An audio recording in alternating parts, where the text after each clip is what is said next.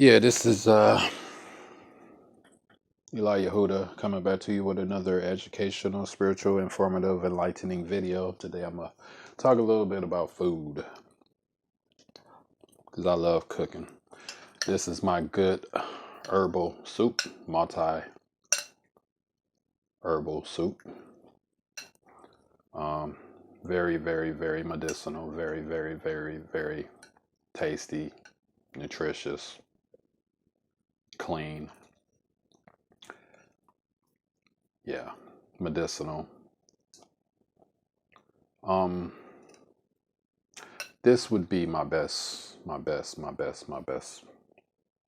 food meal in the whole world now. Now I'm gonna tell you what it consists of. You have this is how it looks. Where is my spoon? All right, here. So it's cooled off by now, but you can kind of see a little bit of it. Ooh, it's hot. Ooh. Yeah, I'm kind of ghetto. I take a risk, but yeah. So okay, so in there, what do I got? First of all, this is a very, very, very micronutrient dense, multi-herbal, tonic based soup. It consists of organic collard greens, organic spinach. What else? Red tomatoes or red grape tomatoes, more specifically the miniature versions. I only think they come in the miniature. See, organic. But by the Sunset Company. I don't know who they are, but I deals with them. Now, what else do I got in there? I have I don't know how to say it, but it says Kuenya. I don't know how you say that. Kuenya. But anyway, it's by Simply Nature. It's organic, supposedly USDA organic certified. Now, originally I was using brown rice though, and also pinto beans, but that was a little bit tough on my stomach, and it was thick. That was a thicker soup. I still make that one sometimes, but my stomach really can't handle it like it used to. But that was tasty too. But I basically substituted this quinoa for the brown rice and the beans. The beans I substituted for, in its place I put the red tomatoes or red potatoes. So I got red grape tomatoes and red potatoes. And also, well, I didn't get to put the red onions in there, but I don't know. I can't find them. I guess I probably left them at the store. I don't know. But anyway, I also put guacamole in there. It got to be at least a mild. I like hot, spicy foods. And that's pretty much it. Now, the herbs, what I like to use is garlic bulbs, which is very good anti-inflammatory, antibacterial, antimicrobial herb. The same with the ginger. If you got a parasitic infection or a bacterial infection or whatever, very good for flus. Ginger root is very good for that. Also, turmeric root, very, very, very good at detoxifying the blood. Also stimulating the immune system, stabilizing blood sugar, stuff like that, antioxidation. Now also Himalayan pink salt, I really like using that particular brand of salt. Not just because it comes from the Himalayan mountains or anything like that, and it looks a lot more distinctive than any other salt, but it's just, it tastes better, and you don't need to use as much because it's very strong, very potent compared to the other salts. So you don't need as much. But I also use natural sea salt. I want to try the ionized sea salt. I think I had it before, but other herbs that I use now, we're talking about the dry herbs now. Basil leaf, oregano, cayenne pepper, also cumin, ground cumin, herb. I do know that, dried herbs that are, of course, processed because they're dried first. That's a form of processing. And then the rest of the processing, which would be, pre-cutting, pre-packaging, and all of that stuff. And also, of course, spraying them to preserve them so that they don't oxidate. I know that that kills the nutrients, but I still use them because nonetheless, they do still have a certain percentage of nutrients, in them. So, yeah.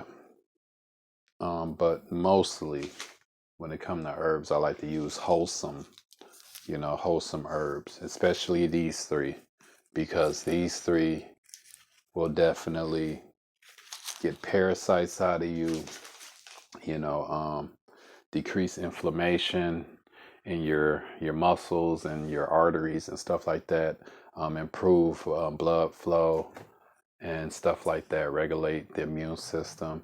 Also, I like to use it's somewhere in my refrigerator. I can't find it. It's probably pushed back somewhere up in there.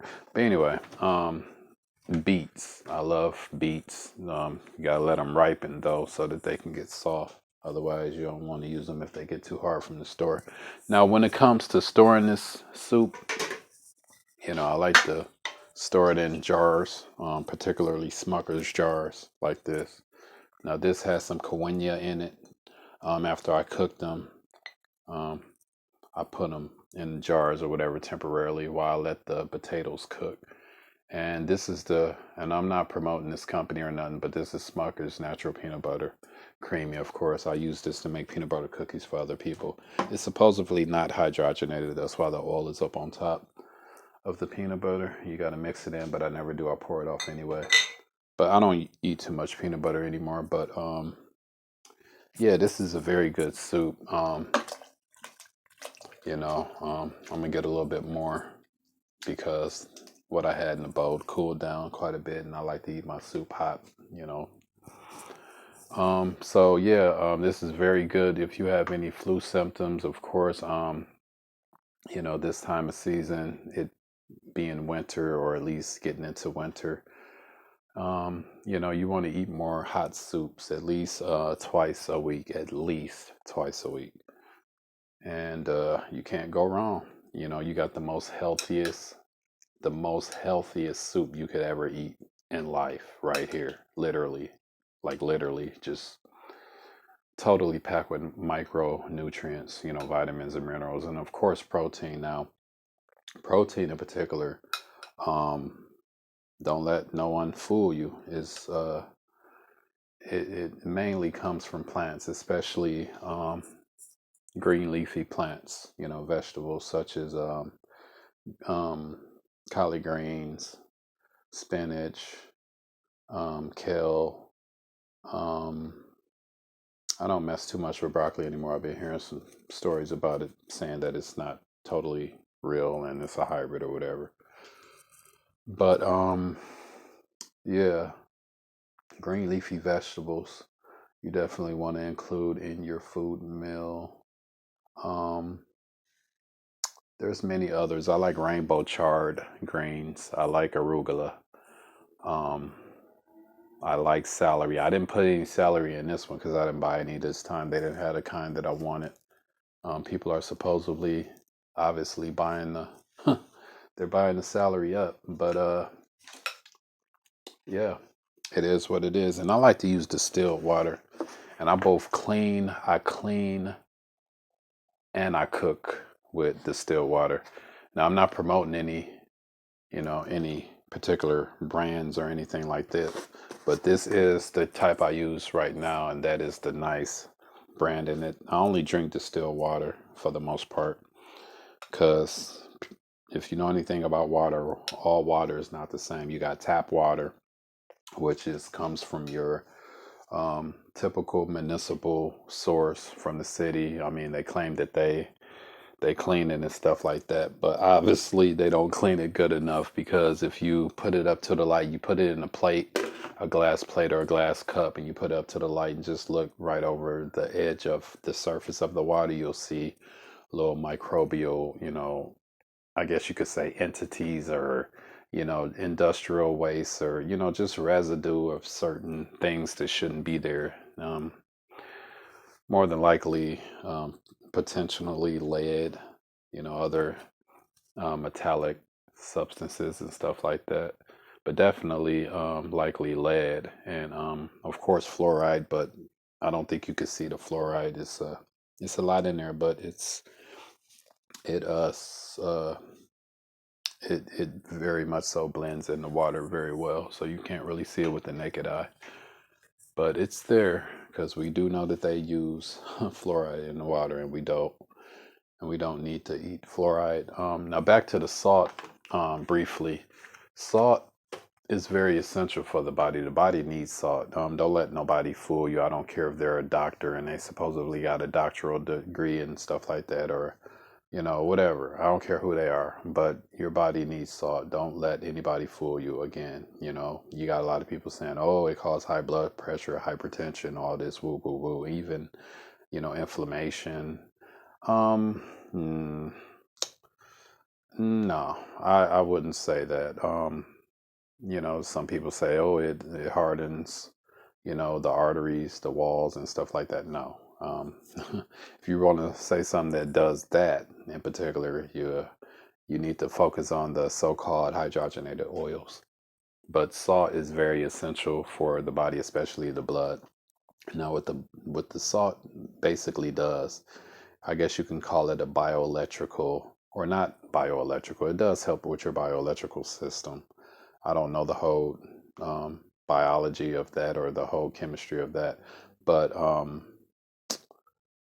uh, salt basically opens up your red blood cells so that they can properly and fully and officially absorb micronutrients from the micronutrient dense vegetables that you eat. You do need salt in order for your your red blood cells to open up and absorb the nutrients. Otherwise, it's just senseless to eat it, because it's just going to end up, you're going to eat it and it's just going to, you're going to, you're not going to fully digest it. It's just going to go in your mouth and out of your butt.